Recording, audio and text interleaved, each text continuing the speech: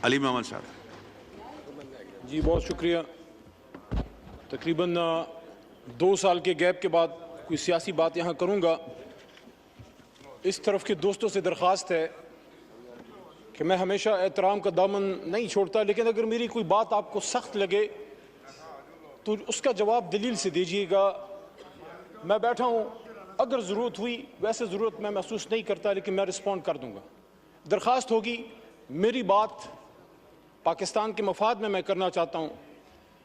मैं सिर्फ बतौर पाकिस्तान तहरीक इंसाफ के एमएनए के तौर पे नहीं, इस मुअज़्ज़ज़ ऐवान के एक मेंबर और 25 करोड़ अवाम के एक नुमाइंदे के तौर पे एक बात करना चाहता हूँ। अल्लाहुम्मा सल्लि व सल्लिम मुबारक अला सय्यिदिना मोहम्मद व अला आलि मोहम्मद। कहता हूँ वही बात, समझता हूँ जिसे हक, मैं ज़हर हलाहल को कभी कह न सका कंद। अपने भी खफा मुझसे हैं, बेगानी भी ना खुश। कहता हूँ वही बात, समझता हूँ जिसे हक। मेरे दोस्तों और मेरे भाइयों, आज से 2 साल पहले 9 अप्रैल की रात, जब आप मेरे बहुत से बहन भाई जो वहां बैठे हैं, आप यहां बराजमान थे और मैं हुकूमती बेंचेस पे पीछे शेख साहब की यहां मैं बैठा हुआ था, जो मेरी कुर्सी थी, और मेरे सामने मेरे लीडर की कुर्सी खाली थी। और मुझे ये लगा कि जिस तरह 3.5 साल मैंने अपने हुकूमत का दिफा किया, जो मेरी ड्यूटी थी, उस रात भी मैंने अपना फर्ज निभाना है। मुझे बहुत से लोगों ने पूछा बाद में, पूरे पाकिस्तान में जब मैं गया हूं, कि आपको इस तरफ बैठे लोगों से डर नहीं लगा? वो 170 172 थे। मैंने कहा नहीं, सियासी इख्तिलाफ था, लेकिन वो मैं उनको अपना जाती दुश्मन नहीं समझता था।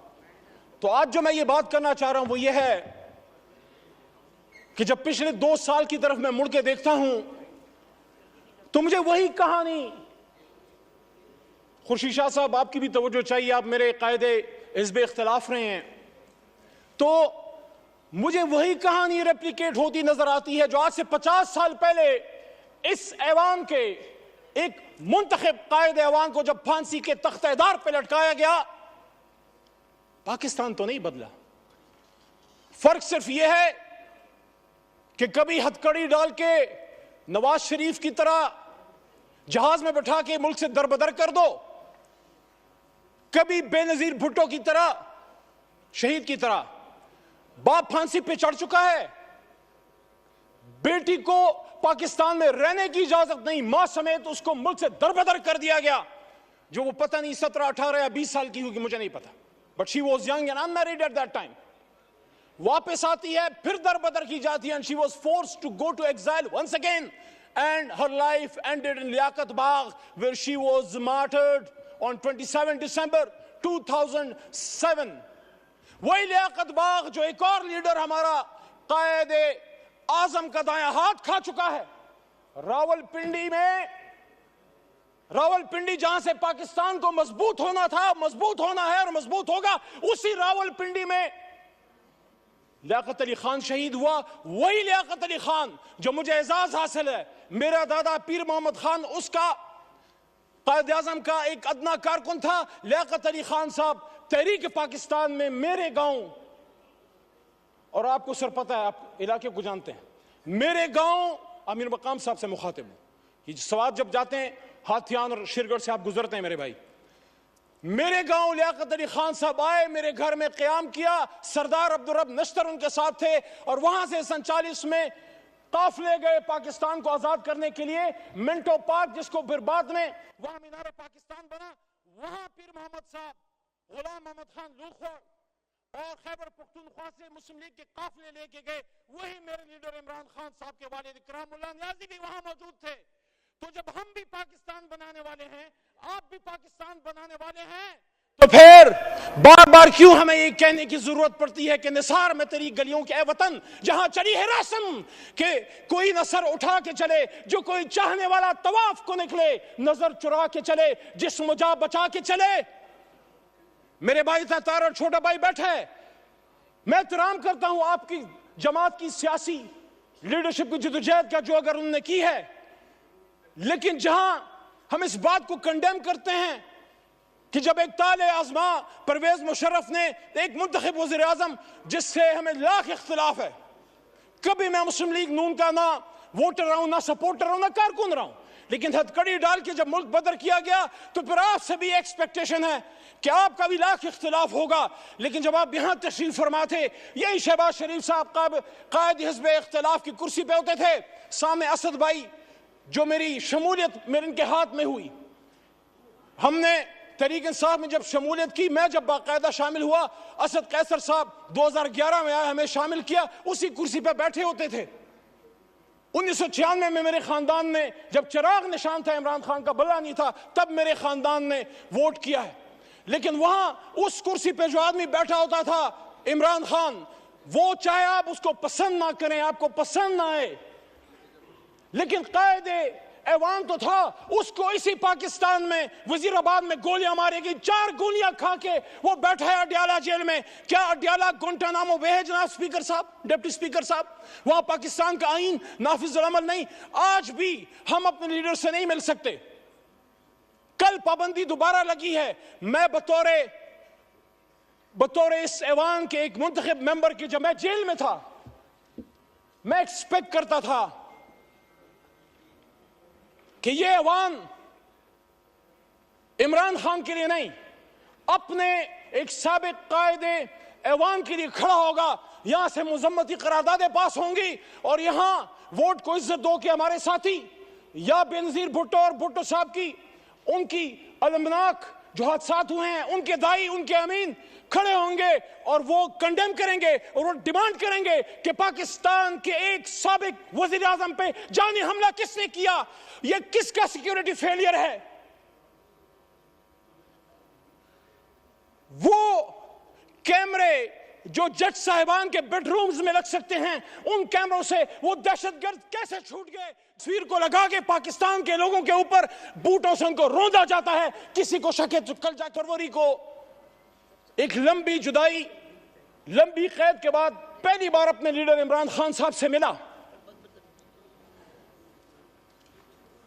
उनसे मैंने जब बात की, उन्होंने फतह मक्का मॉडल की बात की मेरे सामने जेल में, गोलियां खा के। और ये आमिर डोगर साहब, चीफ विप साहब इस बात के गवाह हैं, और हमारे साथ सरदार लतीफ खोसा साहब भी मौजूद थे, वो भी इस बात के गवाह हैं कि उन्होंने कहा कि जिस तरह हुजूर सल्लल्लाहु अलैहि वसल्लम की फरमूदात पे गैर मुस्लिमों ने अमल किया।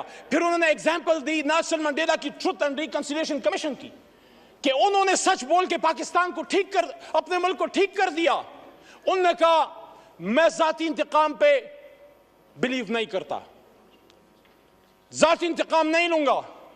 हां, जिसने कोई जुल्म किया है अदालत जाने और कानून, लेकिन सियासी इंतकाम नहीं। लेकिन सच बोलेंगे तो ट्रुथ एंड रिकंसिलिएशन कमीशन बनेगा। ये जो इस तरफ से वज़ीर आज़म के मुशीर, हालांकि उनको हम वज़ीर आज़म हमारा उसूली मौक़िफ़ नहीं मानते, लेकिन एक उनकी तरफ से दावत आई है, राना सनाउल्लाह साहब की तरफ से मुज़ाकरात की, आसिफ जरदारी साहब की तरफ से भी दावत आई मुज़ाकरात की।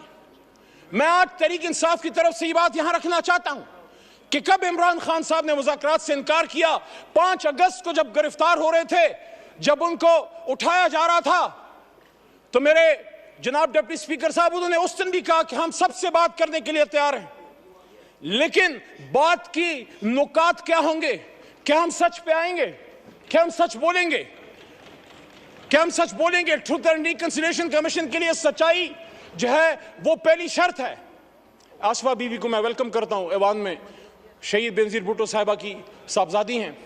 देखिए जनाब डिप्टी स्पीकर साहब, अगर हम समझते हैं कि पाकिस्तान को ठीक होना है तो फिर हम लोगों ने फैसले करने। हमें कोई ब्रोकर, कोई डीलर, कोई शख्स हमें नहीं चाहिए जो हम आपस में बैठाए। जब हम अपनी लड़ाई यहां से बाहर लेके जाएंगे, फिर सुप्रीम कोर्ट भी अमल में आएगी और फिर पिंडी और अपारा बहुत सी जगह और अमल में आएंगी। मेरी आपसे दरखास्त है, स्पीकर की कुर्सी इनिशिएटिव ले। हमारा सबसे पहला नुक्ता जनाब इमरान खान साहब और 80 रान की रहाई है। पॉलिटिकल केसेस हैं। वो शख्स जो वजीर आजम था, अचानक उस पर कैसे 150-200 केसेस बन गए? He's a political prisoner. He's a prisoner of conscience. And I'm not defending whatever atrocities have been done to you in the past. अगर हम उस पे जाएंगे तो फिर बात हल नहीं होगी। यहाँ इजाज़ुल हक साहब भी मौजूद हैं, उनसे एहतराम का रिश्ता है, लेकिन जो हुआ माजी में वो ठीक तो नहीं था। अगर हम यहां अपने कर्बनाक और दर्दनाक माजी पे शर्मिंदा नहीं होंगे, सच नहीं बोलेंगे, मुल्क नहीं जाएगा आगे। जिसने माजी में गलत किया हम तो नहीं थे, हम अपने पुरखों की अच्छी बातों को याद करते हैं, गलत बातों को डिफेंड हम ना करें। मेरा दादा पीर मोहम्मद साहब 1927 का मुस्लिम लीगी था उस जमाने में, आज वाला नहीं। पाकिस्तान बनाने की तहरीक में था, उस तहरीक में जेल भी काटी। लेकिन आज मैं समझता हूं कि सच बोलने का वक्त है, जहां मुझे इस पे फख्र है कि तहरीक पाकिस्तान का कारकुन था, जना का साथी था, जेल काटी, पाकिस्तान के लिए तकलीफ उठाई। वहां जब वो फेडरल मिनिस्टर फॉर रेवेन्यू बने, मेरे ख्याल में उनको अयूब खान साहब की कैबिनेट में वजीर नहीं बनना चाहिए था। मोहम्मद अली साहब 10 मिनट का फैसला हुआ ज़ियाउल था, हक साहब की 13 मिनट हो गए। ज़ियाउल हक साहब की शूरा में भी वो थे। आज वक्त है कि सब सच बोले। मैं समझता हूं कि मेरे दादा पीर मोहम्मद खान साहब को मरहूम ज़ियाउल हक साहब की शूरा में नहीं होना चाहिए था। एज ए डेमोक्रेट एहतराम का रिश्ता आज भी जाज साहब से है और कल भी रहेगा और इंशाल्लाह मरते दम तक रहेगा। लेकिन सच तो कोई यहां बोले। मैं जिस तरह पशेमानी का इजहार कर रहा हूं कि मेरा दादा ही वो पाकिस्तान बनाने की तरीक का सिपाही था, रेवोल्यूशनरी था, लेकिन एक गलती उनसे हुई। मैं एक्सपेक्ट करता हूं कि मेरा छोटा भाई है बिलावल साहब, चेयरमैन है तहरीक पीपल्स पार्टी का, उनके खानदान ने कीमत चुकाई है, लेकिन उनके दादा भी फॉरेन मिनिस्टर थे, जुल्फिकार अली भुट्टो साहब अयूब खान साहब के साथ। हम सबको उन सच्चाइयों की तरफ आना पड़ेगा। बाद में उन्होंने कीमत चुकाई, जिसको हम आज अप्रिशिएट करते हैं। मैंने अपने लीडर से ज्यादा आपके लीडरान की बात की है, लेकिन आज मैं ये बात दोबारा रखना चाहता हूं कि इमरान खान साहब ने, क्या आप ये समझते हैं कि क्या सिर्फ उनकी किसी गलत पॉलिसी की वजह से इमरान खान साहब को घर भेजा गया? मैंने 2 साल पहले भी ये बात की डिप्टी स्पीकर साहब, और आज भी इस बात पे कायल हूं। जब इस ऐवान में अकेला खड़ा था, मैंने वहां ये बात की थी कि इमरान खान को इस बात की सजा दी गई है कि जिस बात की सजा हमेशा पाकिस्तान में कोई भी जो आजाद पॉलिसी बनाना चाहता है, हमसे पहले जिस भी लीडर के साथ हुआ है, आप सबको पता है कि उन्होंने पाकिस्तान की 1 इंच जमीन किसी गैर मुल्क को देने से इनकार किया। और जब यहां 2 OIC कॉन्फ्रेंसें की और जब मुस्लिम ब्लॉक की बात की, उम्मत मुस्लिमा को इकट्ठे करने की बात की, तो यहीं पे बिलावल साहब मौजूद थे। वहां से मैंने उनको बात की कि बिलावल साहब, आपके नाना ने भी मुस्लिम उम्मा को इकट्ठा किया, मेरे लिए शुक्रिया। शुक्रिया। 15 मिनट हो गए, 10 मिनट का फैसला था। माइक खोले मोहम्मद अली साहब, वाइंड अप करें। तो उस जुर्म की पादाश में आज इमरान खान साहब जेल में पड़े हुए हैं। ये दाग दाग उजाला, ये शब गजीदा सहर, ये वो सहर तो नहीं जिसका इंतजार था, ये वो सहर तो नहीं। कायद आज़म ने इसलिए कुर्बानी दी थी कि आज हमारे फैसले कोई और करेंगे। और वो कौन है? जब अपने लिमिट में रहेंगे हमारे सर का ताज है। हमें जितना दुख इमरान खान साहब के बदन पे गोलियां लगने का या बेनजीर साहिबा के शहीद होने का है, उतना ही दुख हमें जनरल सरफराज की शहादत का है, और उतना ही दुख हमें साने बावल जेल में अडयाला में मुमताज कादरी साहब के सेल में पड़ा होता था। मैं सोचता था कि क्या जुर्म करके आए हो। जब अडयाला से जेलम लेके गए, ये मेरे जेब से ये कलम ले लिया गया, ये तस्वीर ले ली गई। उन्हीं जूतों में आज आया हूं जो जूते मेरे जेल में उतार दिए गए। ये वकील का कोट मेरे बदन से उतार दिया गया। क्या मैं मुजरिम था? मैं अपने अल्हम्दुलिल्लाह इस काले कोट पे फख्र करता हूं जो पाकिस्तान बनाने वाले का कोट है। शुक्रिया। कलम की तस्लीम मत करो। पाकिस्तान शुक्रिया। शुक्रिया। शुक्रिया।